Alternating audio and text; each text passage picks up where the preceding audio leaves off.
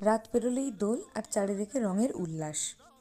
ছোটবেলায় এই দোল পূর্ণিমার আগে আমরা বুড়ির ঘর জ্বালাতাম, আর বাচ্চারা সবাই মিলে ওই বুড়ির ঘরের চারিদিকে ঘুরে ঘুরে বলতাম যে আজ আমাদের ন্যাড়া পোড়া, কাল আমাদের দোল, পূর্ণিমাতে চাঁদ উঠেছে, বলো হরিবল। সেই বয়সটা তো পেরিয়ে এসেছি, অনেক বছর হয়ে গেল, কিন্তু এখনও দোলের আগের দিন যখন এরকম হোলিকা দহন বা ন্যাড়া পোড়ানো হয়, তখন আমার মধ্যে সেই এক্সাইটমেন্টটা একই রকমভাবে কাজ করে। প্রত্যেক বছর আমাদের পাড়ায় বিশাল বড় করে হোলিকা দহন সেলিব্রেট হয়। বহু মানুষ এখানে বিভিন্ন ধরনের রিচুয়ালস তাদের পালন করে থাকে। আমরা ওখানে যাই একটু রং মাখতে, একটু আনন্দ করতে, আর সবাই কীভাবে রিচুয়ালসগুলো পালন করছে সেটা দেখতে। এই হোলিকা দহনের সাথে কিন্তু পৌরাণিক লিঙ্ক আছে।